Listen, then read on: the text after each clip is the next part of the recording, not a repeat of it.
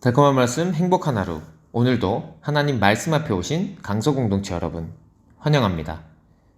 오늘 말씀은 마태복음 19장 13절에서 30절까지 말씀입니다. 그때 사람들이 예수께서 안수하고 기도해 주심을 바라고 어린아이들을 데리고 오매 제자들이 꾸짖거늘 어린아이들을 용납하고 내게 오는 것을 금하지 말라. 천국이 이런 사람의 것이니라.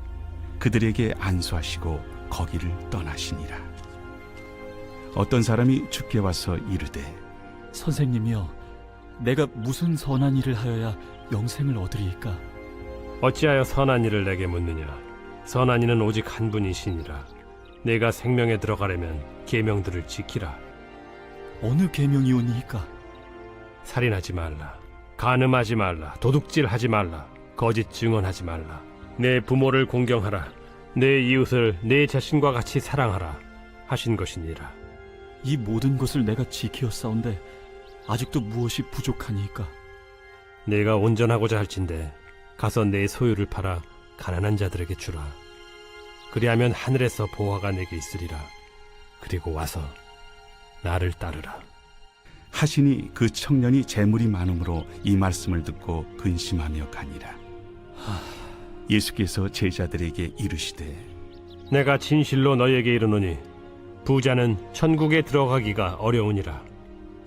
다시 너희에게 말하노니 낙타가 바늘기로 들어가는 것이 부자가 하나님의 나라에 들어가는 것보다 쉬우니라.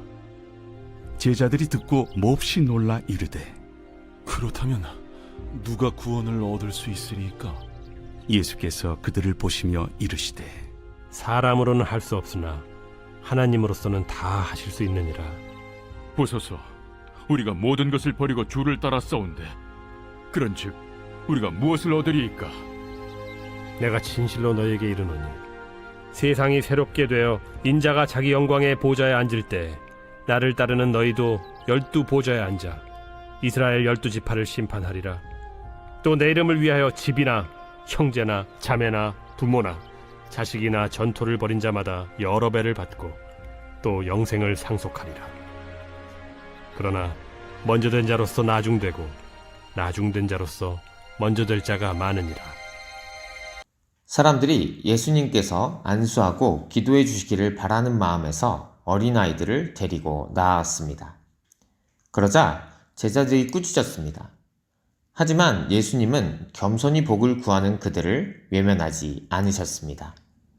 오히려 어린아이들을 용납하고 자기에게 오는 것을 금하지 말라고 명령하셨습니다.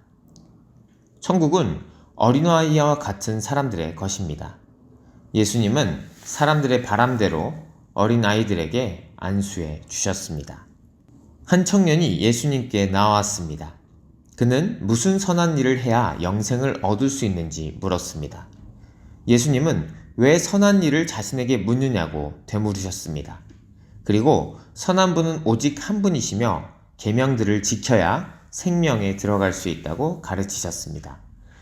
영생을 얻기 위해서는 살인, 간음, 도둑질, 거짓 증언을 하지 말라는 계명을 지켜야 하며 부모를 공경하고 이웃들을 자기 자신과 같이 사랑하라는 계명도 지켜야 한다고 말씀하셨습니다. 청년은 예수님이 말씀하신 모든 계명을 지켰다고 말했습니다. 그는 자신에게 부족한 것이 무엇이냐고 물었습니다. 예수님은 청년에게 온전하고자 한다면 소유를 팔아 가난한 자들에게 주라고 명령하시며 그러면 하늘에서 보화를 얻을 것이라고 하셨습니다. 이 청년에게는 재물이 많았습니다. 청년은 소유를 팔아 가난한 자들에게 나눠주라는 예수님의 말씀이 마음에 걸림이 되어 근심하며 떠나갔습니다. 부자 청년이 예수님의 말씀에 근심하며 돌아간 후 예수님은 부자가 천국에 들어가기 어렵다고 제자들에게 말씀하셨습니다. 예수님은 이 가르침을 강조하기 위해 한 번 더 말씀하셨습니다. 낙타가 바늘기로 들어가는 것이 부자가 하나님 나라에 들어가는 것보다 오히려 더 쉽다는 것입니다. 세상에서의 안녕을 위해 재물을 의지하는 것은 천국 백성에게 합당한 태도가 아닙니다. 하나님만을 온전히 섬기는 삶이 아니므로 천국에 합당하지 않습니다. 제자들은 부자가 하나님 나라에 들어갈 수 없다는 사실에 매우 놀랐습니다. 그들이 하나님 나라에 들어갈 수 없다면 그보다 조건이 부족한 이들은 어떻게 들어갈 수 있을까 생각했기 때문입니다. 그렇다면 누가 구원을 받을 수 있는지 제자들이 질문했습니다. 예수님은 그들을 바라보시며 사람을 구원하는 분은 오직 하나님이심을 알려주셨습니다. 사람은 자신을 스스로 구원할 수 없지만 하나님께는 모든 것이 가능하다고 말씀하셨습니다. 베드로가 모든 것을 버리고 주님을 따른 제자들은 무엇을 얻을 수 있느냐고 예수님께 물었습니다. 예수님은 세상이 새롭게 되어 예수님이 영광스러운 보좌에 앉게 되면 12제자가 보좌에 앉아 이스라엘의 12지파를 심판할 것이라고 말씀하셨습니다. 그런데 하나님 나라에 들어가는 일에 있어서는 먼저 된 사람과 나중된 사람의 역전이 많을 것이라 말씀하셨습니다. 제자들은 사람들이 안수해 주기를 바라고 아이들 데려오는 것을 금지합니다. 제자들은 입술로는 예수님을 메시아로 고백했지만 그가 어떤 메시아인지는 아직 모르고 있습니다. 누누이 작은 자에 대한 관심을 강조하셨는데 아직도 잘 안 듣고 있습니다. 천국은 이런 어린아이 같은 자, 작은 자들의 것이라는 말씀은 이제 제대로 들은 사람들에게는 낯설지 않습니다. 천국은 가난한 마음, 겸손한 마음, 빈 마음으로 천국을 받고 메시아를 영접한 자들의 나라입니다. 회개할 것 없는 완전한 의인이 없다면 자신이 죄인이고 은혜가 필요한 자인 것을 더 진실이 인정하는 자가 천국에 가깝습니다. 부자 청년은 어린아이와 대조되는 인물입니다.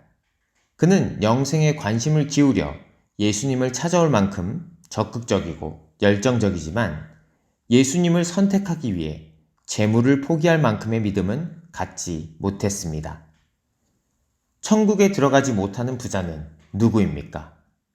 그 재물의 참 소유가 하나님이시고 자신은 청지기에 불과하며 그 생명을 결정하는 것은 재물 자체가 아니라 재물을 향한 태도라는 것을 모르는 사람입니다.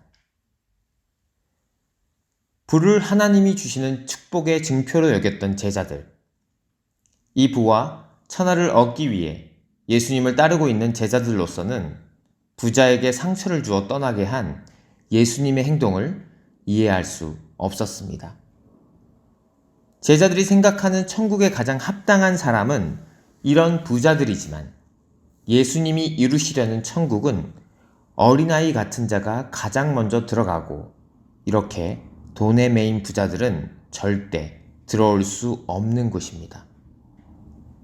베드로는 자신은 모든 것을 버렸으니 자격이 있지 않느냐고 묻지만 그는 실제로 다 버린 것이 아니라 더 많은 것을 얻기 위해 투자했을 뿐입니다. 그 마음이 진실하다면 천국에 들어가겠지만 투자하는 마음으로는 예수님을 끝까지 쫓지 못할 것입니다.